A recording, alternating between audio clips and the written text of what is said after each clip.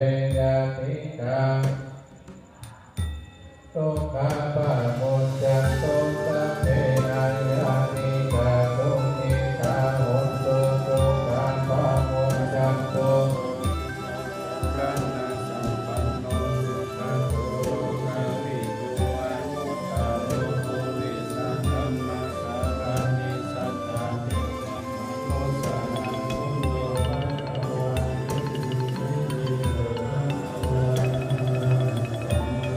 คุโต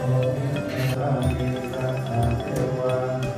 สันนังพุทโธภะคะวันตังพุทโธภะคะวันติสวะหะโตภะคะวันตาธัมโมสันติติโกเตหิโกปัญ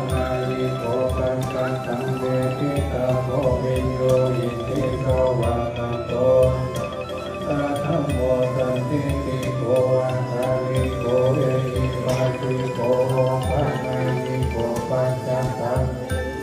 โกวิโยอิติโสวะคะโตปัญจวัตตาธัมโมสันติติโกอัตตาลิโกเอหิปัสสิโก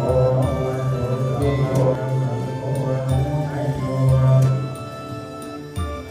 อัจฉริกะระกิโยอนุตตรังปุญญาเกตังโลกัสสะ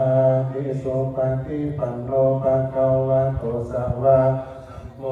จุปฏิปันโนภะคะวะโตสาวกสังโฆปฏิปันโนภะคะวะโตสาวกสังโฆสาลังละขันตุสัพพเทวตาพุทธานุภาเวนะสัพพะธัมมานุภาเวนะ